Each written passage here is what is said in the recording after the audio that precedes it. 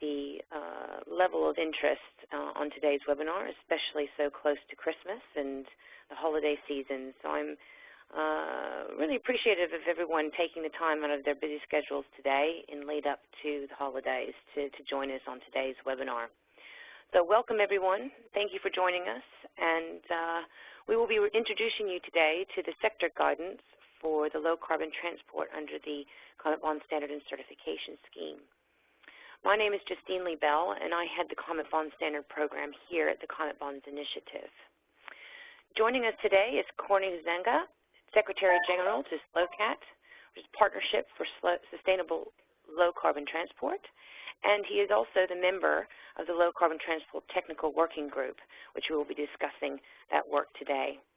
Corny will share with us later more on the role of SLoCaT, giving us more detail around the objectives of SLoCaT, an update on COP21, which was quite a successful one in Paris just a few weeks back, and he will also give us his perspective on what opportunity he sees that green bonds offer for the transport sector, and of course his view on standards for the market.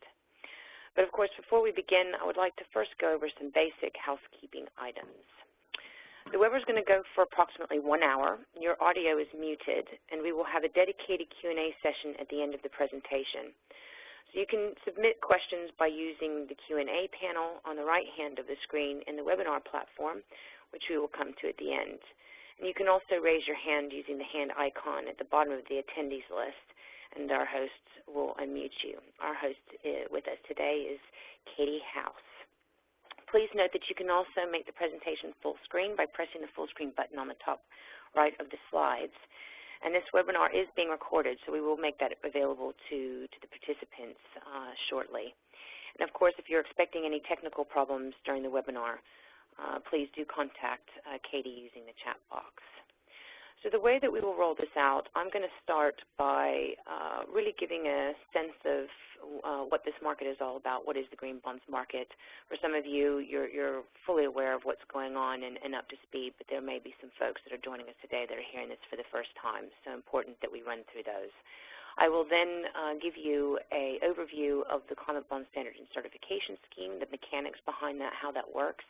And then, of course, I'll go into the specifics around the Low Carbon Transport Sector Guide, which is currently out for public consultation.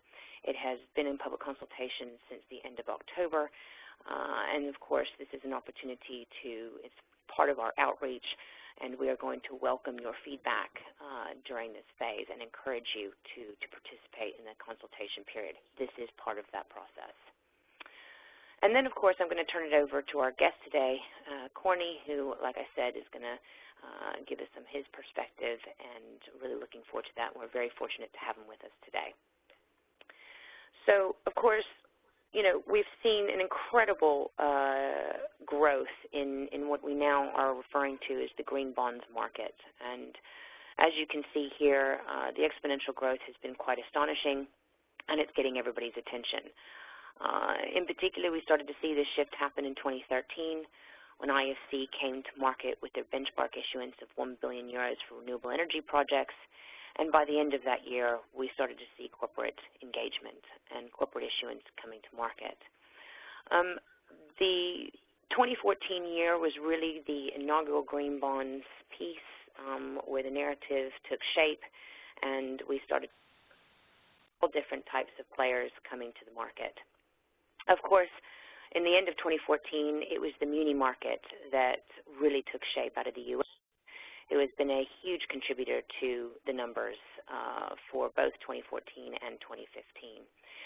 So again, growth is coming from corporates, it's coming from global banks, and it's coming from the U.S. muni market. The investor demand is incredibly strong. In fact, so much so that there's not enough supply to meet demand. Much of this is coming from the institutional investor base, like our pension funds, sovereign wealth funds. We've also had quite a stand of targets and mandates being put forward by groups like Zurich Insurance, Actium, and Aviva, and of course from the banking side of things, Deutsche Bank, Barclays Treasury. They've all come out with very ambitious targets towards investing and issuing green bonds. And so this in itself is really helping to drive forward the market. Much of the institutional investor base are clearly seeing the risks that climate change poses to their portfolios in the long run. And so much of this is about what is that transition over the next 20, 30, 40, 50 years within their portfolios where they start to pull in more green product and start to move out brown assets that pose risks in the long term. And so, again, the SRI community, roughly worth $45 trillion of assets under management, key buyers of these products, and a lot of institutional investor groups coming together and making commitments to buying green bonds. So this has really built momentum in the market. And, of course, for those of you who are just hearing this for the first time, let me just run through some of the basics. I mean, what does make a green bond a green bond? It very much comes down to the use of proceeds, ensuring that there is transparency and disclosure around the management of those proceeds, and that the funds are going directly to green projects and assets. A very important point, it's not about the green credentials of the issuer, the ESG performance of an issuer. Not to say that this does not matter, but the fundamental crux of the green bond is around the assets and projects and making sure that they are delivering on a climate change solution and additional environmental benefits where possible. The beauty of the product is that it behaves like any other normal bond. Investors are not taking a hit by buying green. They're not paying a premium for buying green. It is clearly based off of additional green feature. It has the same risk-reward profile. You know, pricing is comparable. Of course, most of what we've seen has been 90% investment grade, but this does not mean there is not opportunity for higher yield. We have seen a few of that in the market. And, of course, refi as well as project finance, but dominated by refinancing. And, of course, any entity can participate. You've got governments, corporates, munis, and so on and so forth. Reporting is a key component. It's a transparency piece, it's disclosure, it's having an independent review, and it's reporting on those use of proceeds. And over the course of the last couple of years, groups like ourselves, Green Bond Principles, which I will go into here in a few minutes, have been instrumental in really setting up the infrastructure to help issuers with that part of the narrative. And, of course, the benefits to doing green bonds has very much been around investor diversification. Issuers are gaining access to new markets and increasing their investor base. This has been a very attractive offer for them. And then, of course, it's about multi-asset scale. It's about a multi-asset portfolio at $100 million or more, which is the appetite of the institutional investor in this market. Grabbing from the State of the Market report that we do every year, this is just to give you a snapshot of the sectors that are currently under issuance. So we've got energy continuing to be the dominant, particularly in the renewable energy space. Green buildings has been quick to catch up as well. We've seen quite a bit of issuance around green property. But transport and water, which we do suspect is going to have a larger share in the 2016-2017 year, which is timely for us to be getting this proposal out. The transport sector has a huge amount of opportunity once we begin to understand what's possible in this sector, and of course, in the muni market in the U.S. in particular, we've already started to see some issuance around there. And then, of course, this past year, we saw Transport for London issue their first green bond, very successful issuance, and of course, this was all at the metro lines extension, upgrades, and new lines. So this was a really nice development to see. Now, of course, the developments that we've seen around the independent review. Green Bond Principles, again, some of you may be very well aware of the Green Bond Principles. For others of you, this is the first time. It's essentially a set of voluntary principles that many of the global banking sector put together and has now got a membership of both the issuer and investor side, over 100 membership. And much of this was to set the stage, the foundations for issuers on how to come to market issuing green bonds, the basic 4 pillars around the management of proceeds, project selection, and the reporting requirements. And of course, others using a second-party opinion model where you're having an outside entity coming in to review the assets and to provide a write-up to that end for investors to have when they are reviewing on buying the bonds. Giving them comfort that there has been an independent review. There's other things that we have seen where others have leveraged proxies, particularly in the building environment where they've relied on LEED certifications, BREEAM, Green Star as a way of justifying the green credentials. But then, of course, there's the Climate Bond Standard and Certification Scheme, whereas looking at this as more of a scalability model where you have verifiers that can come in and provide assurance against an overall standard type model, which I will go on to in just a minute. What this slide is really representing is trying to convey the opportunity that we have before us. What I'm discussing and been presenting up to this point has very much been that dark circle, which is the labeled green bond market. And now that we find ourselves roughly around $85 billion outstanding, which in the overall bond market is still very, very, very small. So if we look at what the unlabeled market is, and this is a part of our data analysis that we maintain through our Bloomberg terminal and partnerships, is that we are now looking at bonds outstanding that have not come labeled, but clearly tied to assets and projects that meet the climate agenda. So many of the transport bonds, like rail bonds, are included in this unlabeled universe. And now we're looking at something like $600 billion outstanding. So huge opportunity, and using standards as an ability as a discovery tool to be able to create those opportunities to pull those into the labeled market. That's just to give you a sense of what opportunity we have before us. So now I'm going to quickly shift over to the Climate Bond Standard and Certification Scheme, kind of the basic mechanics of this before diving into the criteria. So organizational structure is very much, we have the Climate Bond Standard Board. Climate Bond Standard Board is worth roughly about $34 trillion of assets under management, and of course this is much of the institutional investor base. We have the IGCC, Investor Group on Climate Change, Investor Network on Climate Risk, and of course, CalSTRS, a big public pension fund out of the U.S., California State Treasury, and our NGOs, NRDC, CDP. And quite an important role that they play in that they are the governance structure. They are there to review anything related to the standards work, whether that be the development of criteria or certifications that come through. And they are basically signaling to the market that due diligence has been done and that they support whatever is coming out of the standards program. Of course, then we have our technical working groups and industry working groups which are fundamental to the development of the standards. CBI, as you can see at the bottom of that structure, is very much the secretariat. They are the coordinators of the process, managing the input and output, of course. But it is our technical working groups and our industry working groups that are fundamental in the production of the work. So who is involved? By no means this is an exhausted list. This is just to give you a sense of the many, many different organizations from around the world that are involved. Expert committees that consist of NGOs, international organizations, government institutions, and so on and so forth, all bringing their expertise to the table, understanding the key issues when it comes to our environmental challenges. They know what works, they know what doesn't.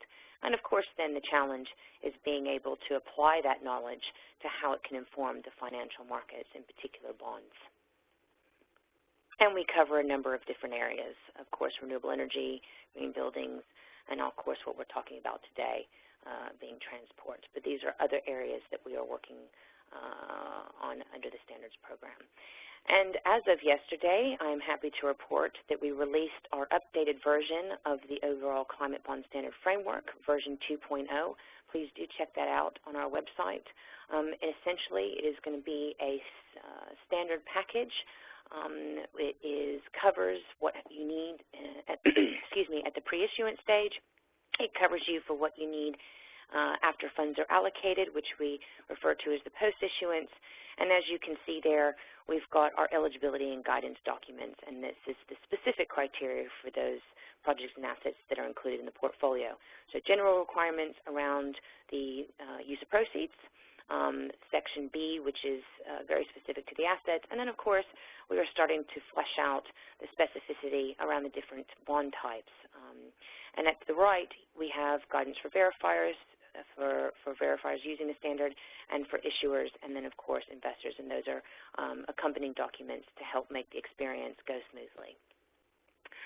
A three-step process, again, it's quite straightforward. It's all about identifying qualifying green projects against the client bonds taxonomy, which gives you the full green investment landscape. Then taking on one of our independent approved verifiers under the scheme. This can be any of the auditing firms or sustainability rating agencies that we have approved under. Please do check that out.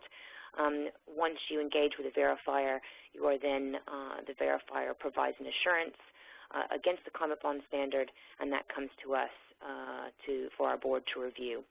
Once board reviews, that goes into market for certification. And then, of course, it's the tracking and reporting requirements that are clearly laid out in the standard. So do please check that out.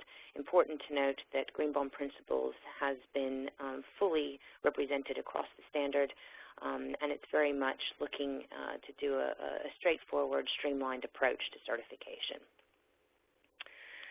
So now I'm happy to kind of go in now with a high-level overview of the low-carbon transport eligibility criteria. So this is the specific part that fits to Part B of the standard. Do check it out on our website. You'll get a full discussion document that will lay out the problem definition, the key issues that we identified, and more of the journey that the technical working group took to deriving a decision on the path forward on the proposal. And we do welcome your comments to that. So a bit of background. We all know that transport is a significant contribution to the overall emissions globally, and we're looking at, for the electricity generation, responsible for 23% of all energy-related CO2 emissions, and, of course, 14% of total GHG emissions globally. So, you know, a huge mitigation potential before us, an investment opportunity that we should be seeing. According to the IEA, you're looking at roughly about $15.7 trillion in US dollar in additional transport investment that will be required to be able to meet the 2-degree trajectory up to 2050. Current investment flows are insufficient across the board. No matter what country you're talking about, we clearly have a deficit of the amount of investment that we need going in. There is a need to scale up and shift investment towards the low-carbon transport infrastructure. So again, a huge investment opportunity that we have before us. So where can we possibly access that significant amount of capital required? We can look at the debt capital markets. Debt capital markets roughly being 90 to 100 trillion of assets under management. Being able to tap that capital towards sustainable transport infrastructure development has significant potential for us in the long run. But the question is, how do we access that capital, and what are the right projects and assets that fit within the low-carbon transport sector? This work very much had the vision of creating awareness on the investment opportunities that fall into low-carbon transport. How do we shift that significant amount of capital towards the much-needed infrastructure needs that we have? The objective, of course, is then to create a sector-specific guidance that fits within the 2-degree model. Now, surprisingly, and I'm sure Corny will allude to this when I turn it over to him, but the fact that even 1.5-degree target was actually hitting the table at COP goes to show that people do understand the urgency of where we're at and trying to keep within a 2-degree world. And so very much the goal here is to provide that guidance on delivering on that impact, but also coming with a strong transparency and reporting component. The role of the technical working group is very much around identifying the main discussion points, the key issues, using their scientific expertise, technical expertise to help inform the path forward. and of course, they are reaching a consensus. This is a consensus-based approach. Every member on the technical working group must agree that this is the way forward, and so that is the approach we take on decision on criteria. Of course, then running in parallel to this is very much our industry working group, and they are there to review anything that the technical working group put out. These are our potential issuers, government entities, banks, and so on and so forth, that are there to advise on the practicality of what is being developed. Is this something that can be applied to bonds? Is it practical? And more importantly, is it robust and credible? And so it's also about engagement with the potential issuer base, but it's important to note that they do not have the final decision power. It is left to the technical working group.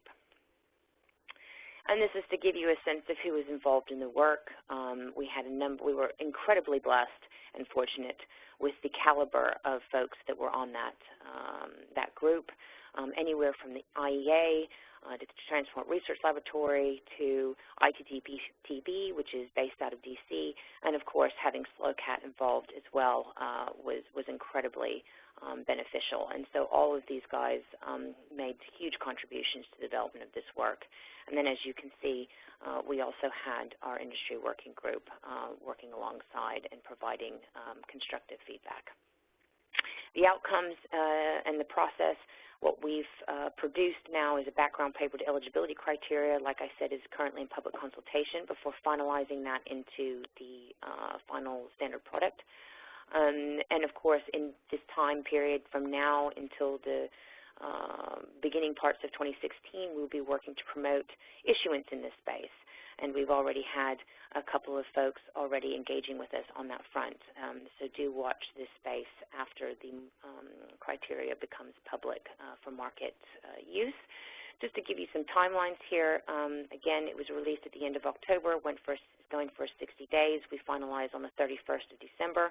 We will then be having a technical working group pulled together at the first part of January, where they will be finalizing the document based on the feedback we receive, and then we expect to go, that is actually not a January 1st release.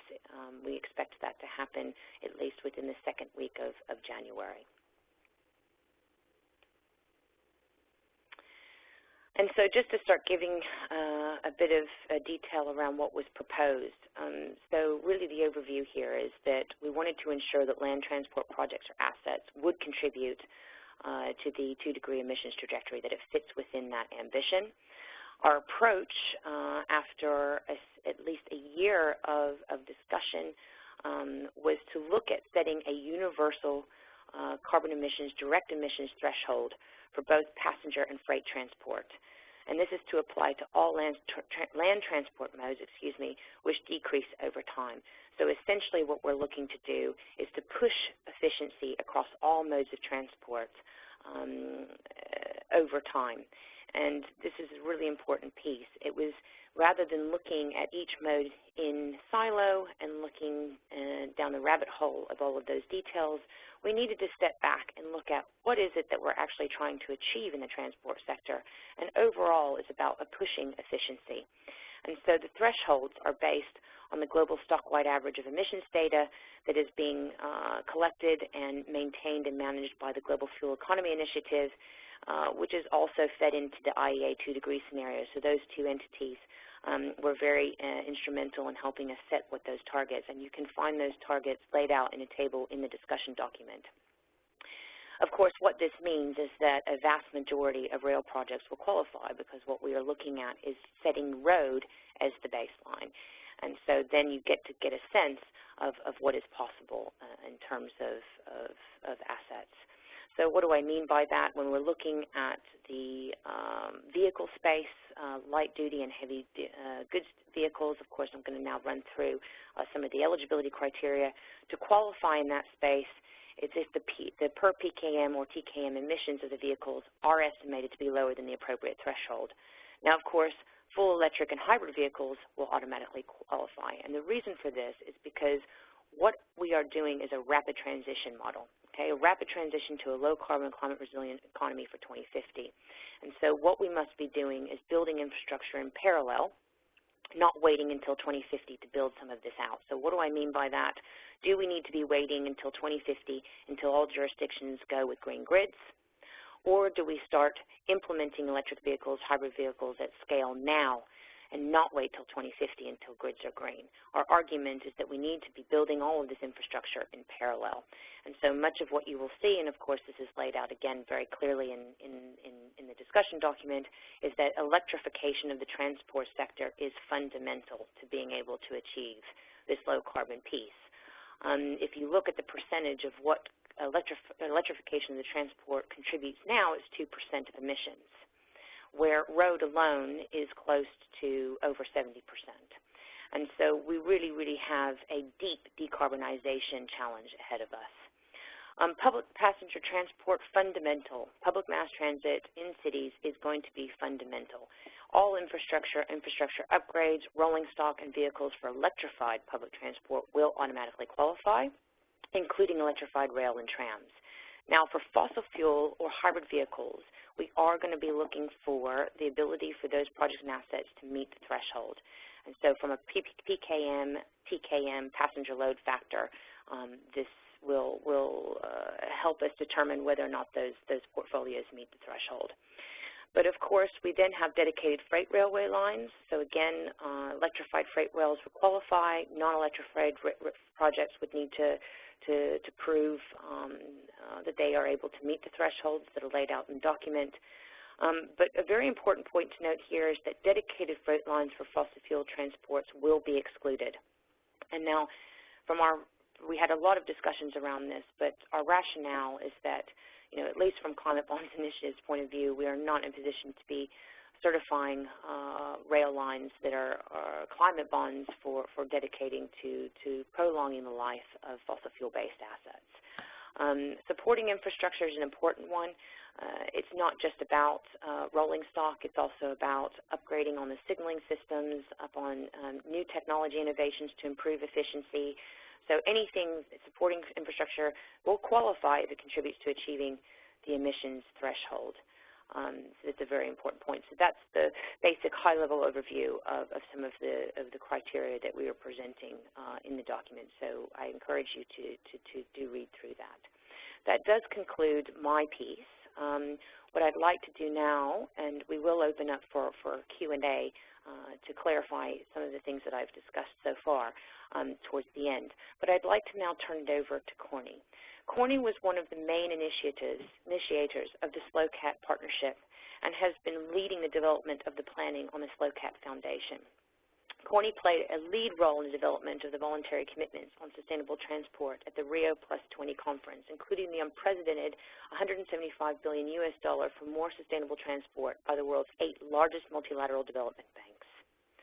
Prior to his engagement with SLoCaT, he had a lead role in the establishment and institutionalization of the Clean Air Asia, which has grown into the leading regional initiative on air quality in Asia. Corny has served on a regular basis as a consultant on transport and climate change for a broad range of organizations, including multilateral development banks, United Nations organizations, bilateral development organizations, and leading NGOs and foundations on sustainable transport. I'm happy to report that he was also heavily involved in this work. We were very fortunate to have him represented on the technical working group. And so without further ado, let me turn it over to you, Corny, to give us your perspective. Thank you very much, Justine, and greetings from the Netherlands to everybody. I'm not certain how many people who are on the call actually were in Paris, but I think that it's hard to overestimate the importance of Paris for further work on decarbonization of the transport sector. I think Justine mentioned some of the key numbers, that she mentioned 23% of energy-related emissions are from transport at the moment. If we look at it in a little bit more detail, in about 40% of the countries, transport is actually the largest energy-related source of emissions, and in pretty much all of the other countries, transport is the second largest source of emissions. So that means that if we talk about a 2-degree scenario, or let alone a 1.5-degree scenario, that if we are not able to accelerate action on decarbonizing the transport sector, that climate targets will not be met. And I think that Paris sent out a very strong signal in that respect. It was surprising, if you look at it from a transport sector perspective, is that the 1.5-degree scenario is that for a change, the politicians are actually leading. Normally what we see is that people from within the sector are pushing for more accelerated action. But in this case, it was the politicians leading. And in fact, as you saw, that the Climate Bonds Initiative was really being benchmarked around a 2-degree scenario. And this is what we see across the transport sector. And in fact, what we have seen is that in the transport sector that we have not yet been able to develop a scenario which lines us up with a 1.5-degree scenario. We did some quick calculations, and according to these quick calculations, it means that by 2050, that if we would like the transport sector to contribute in a proportionate manner to a 1.5-degree scenario, that we would have to reduce emissions with 81% compared to business as usual. So you can see that this is a very large challenge. This is a very large assignment for the transport sector. It also means that the incremental approach is no longer viable. So what we are really talking about is system change. So we're not talking about 1 or 2 projects, but we're talking about a sector which is fundamentally planned in a different manner and which is powered in a different manner. From the side of SLoCaT, we were encouraged in Paris that what we saw is that a number of the government leaders in their opening remarks actually made specific reference to the role that low carbon transport will play in their actions in the coming years. And we saw that in remarks from Xi Jinping, the president of China. We also saw it that the president of South Korea, Kenya, Paraguay, and a number of other countries. And this is something new. We didn't see this happen before. And I think that this is significant because ultimately, I think like what Justine was pointing at, that the demand for climate bonds is key in order to be able to accelerate action in the transport sector. So having a number of senior government leaders acknowledge the role of transport is quite significant. Furthermore, in the lead up to Paris, all countries in the world were asked to submit a policy document to the United Nations Framework Convention on Climate Change. And in this document, which is called INDC, Intended National Determined Contributions, this document outlines the expected mitigation and adaptation actions that countries will be taking between 2020 and 2025. Out of these documents, that 61% of the countries specifically listed transport actions as part of their overall program of action on climate change. It's interesting to see that the types of interventions that Justine mentioned, varying from fuel economy, electric vehicles, public transport, freight corridors, all of these were represented in the actions proposed by the countries. So in that sense, we also think from the side of SLoCaT that the proposed standard and the proposed criteria is a good mix with what countries will be asking for. I think coming back to the topic of finance, as Justine had already indicated, there is a tremendous need for investments in transport. And typically at the moment we see that globally we see investments between $1 and $2 trillion in transport infrastructure, transport services. The good news is that if we are going to adopt such a low-carbon transport model, there are various groups, including the International Energy Agency, who have calculated that this can lead to considerable savings. That this typically this runs into the trillions, and I think the International Energy Agency calculated or estimated that if we implement system change towards low-carbon transport, that collectively we can save about $50 to $70 trillion because of avoided investments in vehicles, in fuels, and supportive infrastructure. So the challenge is not that we say that low-carbon transport is more expensive than traditional transport, but the challenge is like, how do we transform our existing transport infrastructure and transport services towards these new approaches? The good news is that in many parts of the world, transport is still a growing sector, and that the transport infrastructure does not yet exist.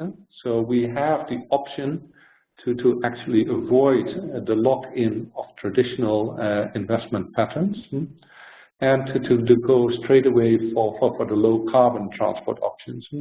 And this is where, obviously, where the climate bonds initiative comes in very handy.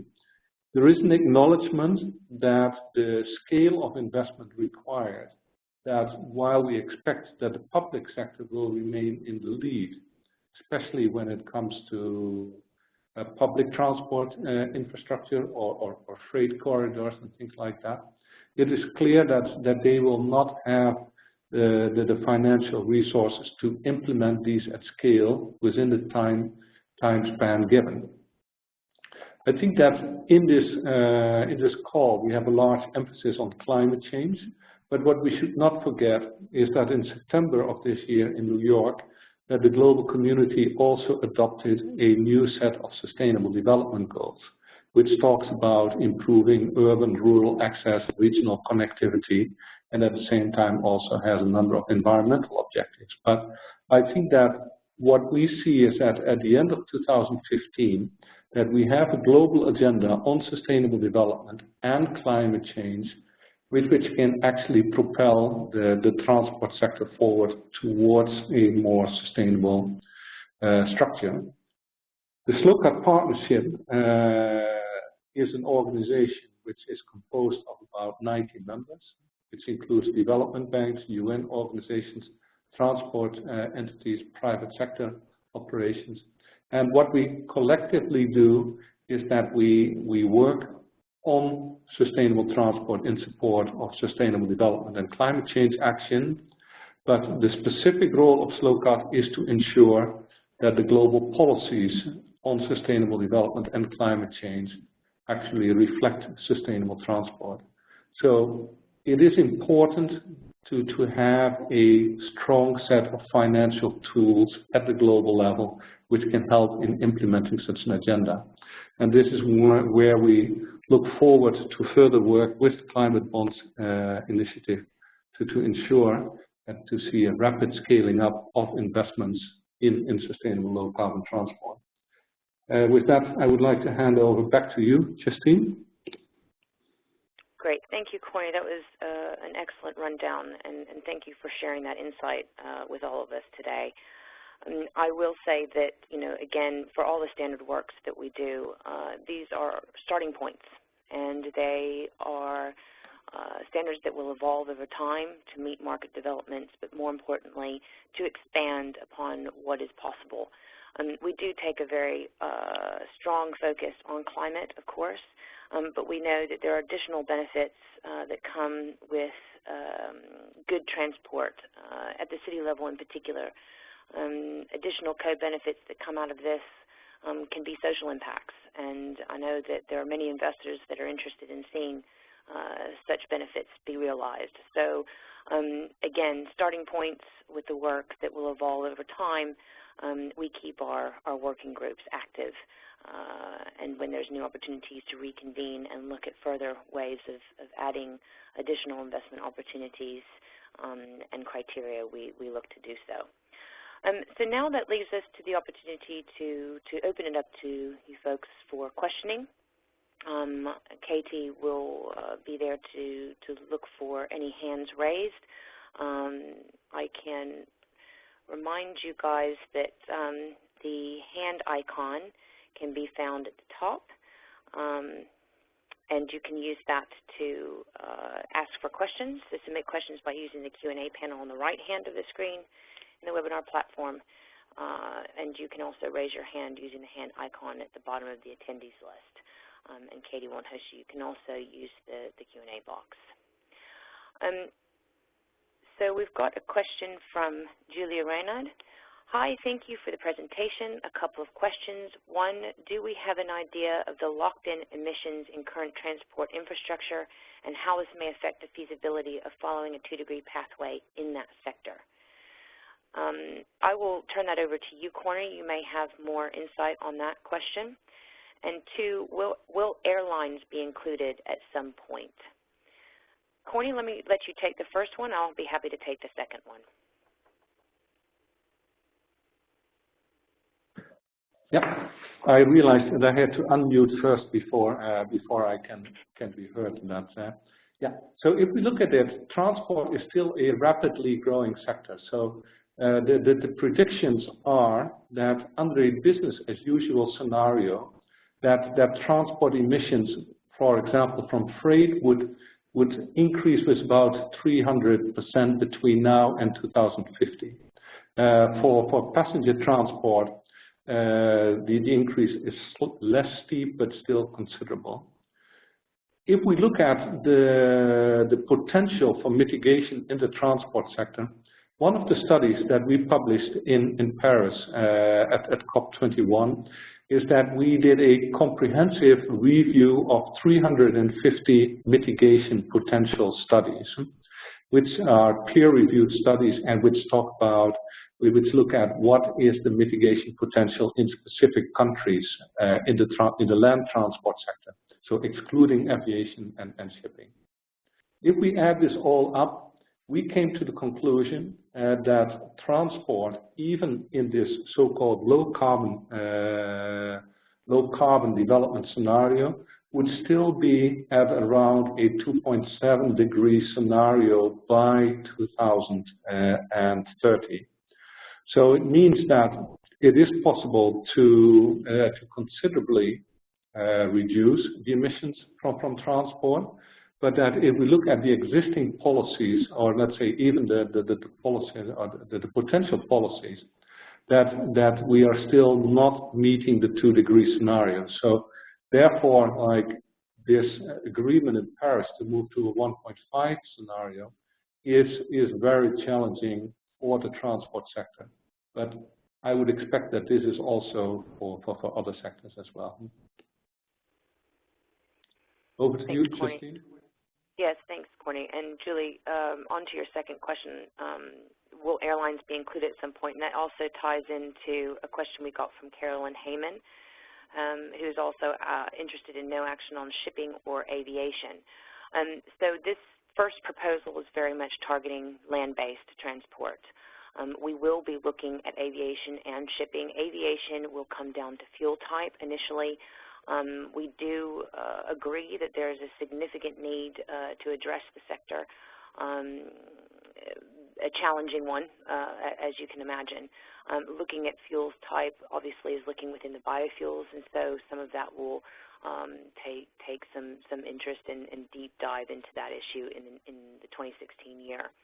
For the shipping, we will be covering this. We're going to be starting a new group as a subsector that will be covering marine assets and projects, and shipping along with port infrastructure and marine energy will fall into that. So do watch this space. We are expecting to work on that in the 2016 year.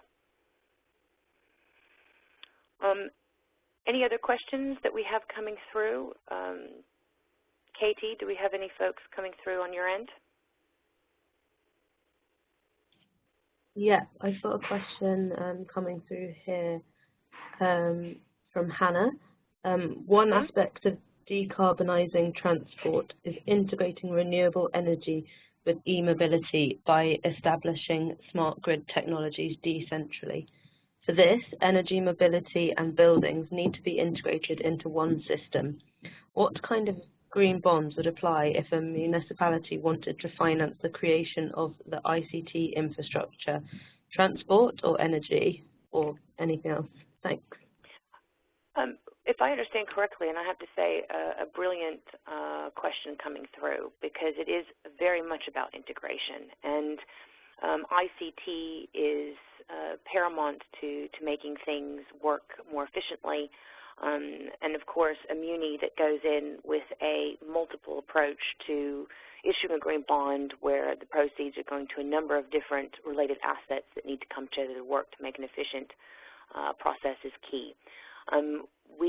Another part of that into the new year 2016 that we're going to add in is broadband and ICT, and that's going to take some initiative.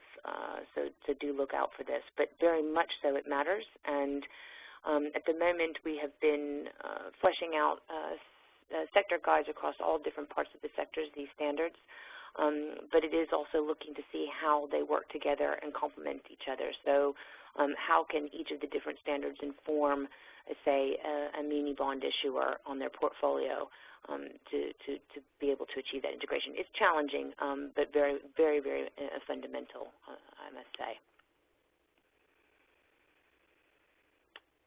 While we wait for other questions coming in, I guess what I would like to ask Corny is how do you see the role of standards in helping to, I guess, be able to shift the capital more effectively? In other words, when you're working in places like China and in particular the emerging economies, is it so clear-cut about what is a low-carbon transport asset or project?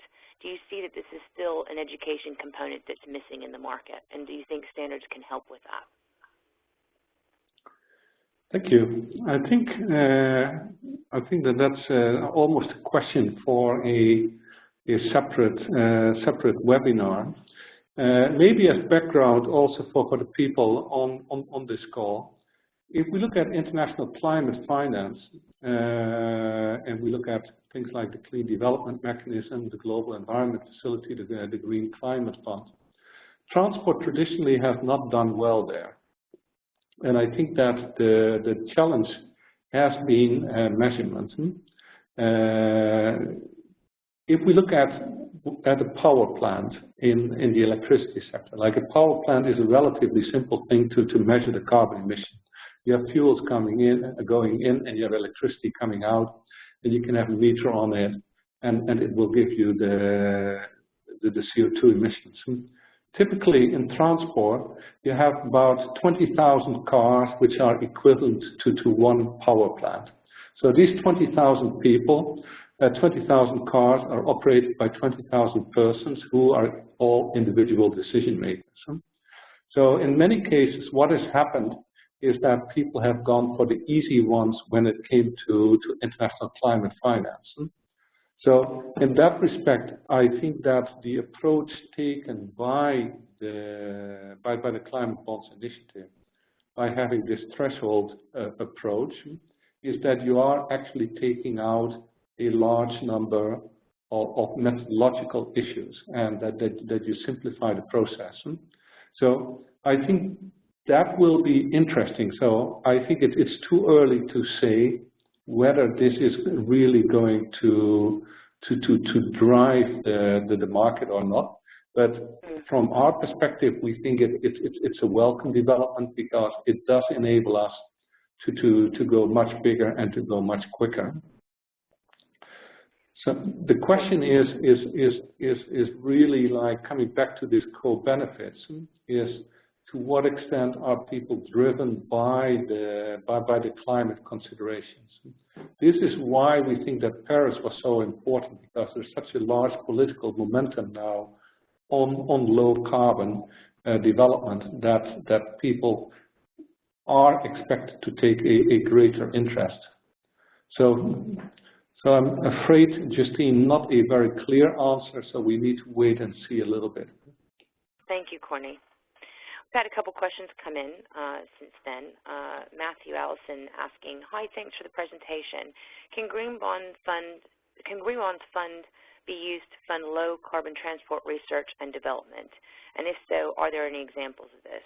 I will say very much so. The research and development component we would consider the soft component to the portfolio, and there has been a lot of interest in including those within the bond financing. I don't have anything off the top of my head to share with you. I'm happy to take that offline, and I can check with my market analyst who does a lot of analysis of the green bonds to date, and we can check to see if there has been any funds used specifically for research and development, but an important piece, obviously. And then, of course, we've got another question from Michael Paparian. Would an adaptation project qualify under standards? For example, moving a low-lying railway. What about raising roads in an area with high amounts of electric cars? And I will say, again, yes. Adaptation, resilience is a key component to the standards program as well. It's not just about mitigation. And this very much falls within transport to be an asset management part to the story. So if you're building rail lines in an area where heat and drought is a risk, we've already started to see some of this happening in Australia where rail lines are buckling.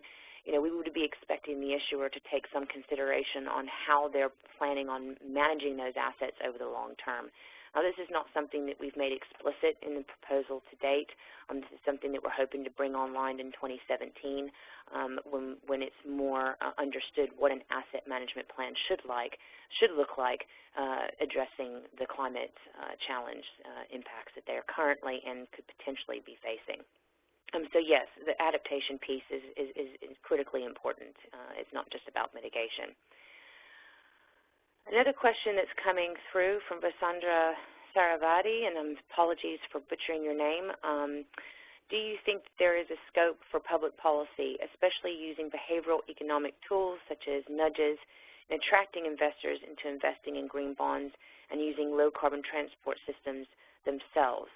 I would like to turn that over to Corny. I think that's, I'm sure that the discussion on the behavioral component of modal shift and so on has come up a lot in your field of expertise, Corny. Do you want to tackle that one?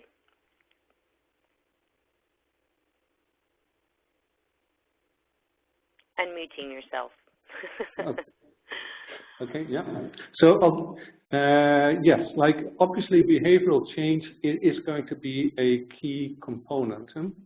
And the question now is, it was not entirely clear to me whether the questioner was asking whether green bonds would play a role in this, or whether this would just increase the size of the market for green bonds. Can you clarify that, Justine? What was your understanding? My understanding is this something that would attract investors if they saw a green bond offering that took into account the behavioral economics? Would that be something that would attract them to investing in the green bonds and using low carbon transport? Yeah, because I do think like that. Obviously, that people buy, or people issuing green bonds, but also people buying green bonds, that they are part of society as well. So if they see that society is moving in a certain direction based on behavioral change, that would definitely increase their appetite, I think. Like if you look at it, for example, that the way that young people are looking at mobility, that young people in European countries typically drive less than the older generation, than the baby boom generation. So that means that this would definitely increase the chances that a public transport program is going to be more attractive. At the same time, in Paris, if you look at vehicles, at electric mobility, one of the outcomes of Paris was a declaration on e-mobility, whereby a number of organizations agreed that they would work towards 20% of all mobility in 2020 being electric mobility. And a number of the partners in this were governments. Some of them were subnational governments, but all of them have public policy programs in place to make this a reality.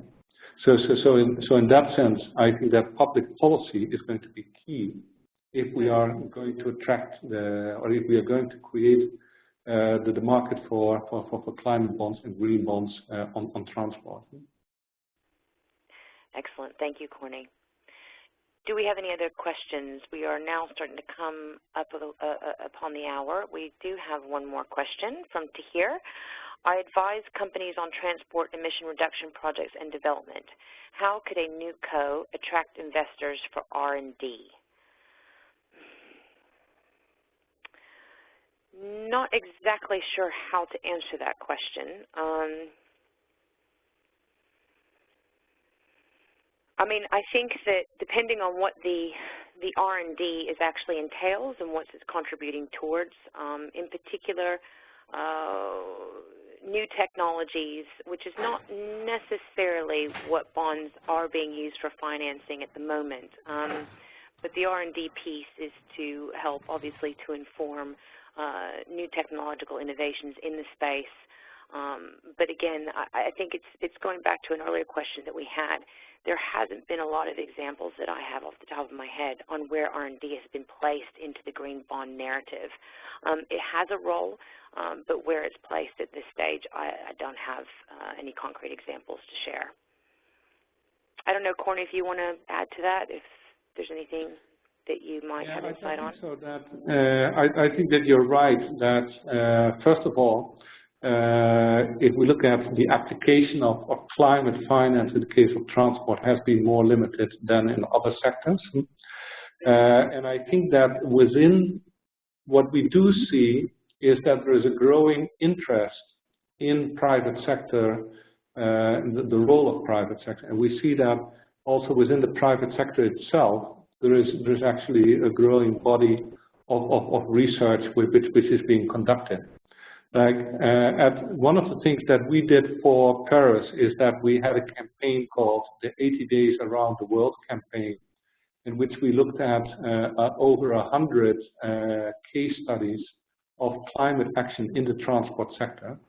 And we saw that actually quite a lot of these initiatives were private sector led. And what we also saw that a lot of these were private sector led without any substantive subsidy backup, so that they were actually able to develop their own programs. I think that the challenge that comes up is that I think that what Tahir is speaking about is that you run the risk that the size of the investment would be relatively small. So the question is, how can you create a minimum threshold value in terms of your program for a bond issuance? So in theory, something that we have been arguing for is that you would then have a more programmatic approach, so that it would not be a bond for one individual company, but that you would say that there is a bond which is being issued for a sector and which would be open to a number of individual smaller companies, so that you could still get the volume. But this is obviously something I think that in the same line as that you said, Justine, that following the issuance of the standard in early 2016, that further follow-up work would have to be carried out. But I think it's interesting that to hear that in the webinar today that there are several people who are actually asking about the R&D function. So this might be something. This might be something to pick up for the technical working group in its discussion. Yeah, I agree.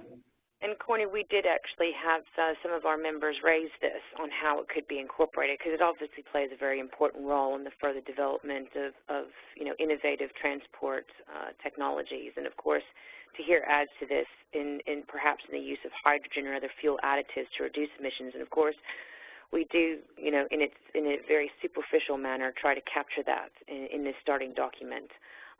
So, definitely provide some input to hear, if you'd like, through the public consultation on that area where we've actually acknowledged that. Of course, we've then had a recommendation from Kendesra, who is saying, regarding the R&D, I suggest to the listeners to look into grants from Horizon 2020 calls, which I think is actually a really good idea, where the funding, the grants are there to look specifically into getting things like this up and moving, and Horizon 2020 in particular is a really good funding channel for those types of projects. So thank you for the recommendation, Kandesha. That's very kind of you. Okay, so I think that'll just wrap us up now. We're just now hitting the top of the hour. I want to say thank you to everyone for joining us today. I hope that it was beneficial. I hope you enjoyed and it was informative. But do come back to us online through email if you would like to learn more. As I said, this is going to public consultation till the end of this month, to the 31st of December. We encourage you to please engage in the public consultation, provide us with your feedback, criticisms, comments, anything that you think would help strengthen the document. That would be we would really thank you a lot for that.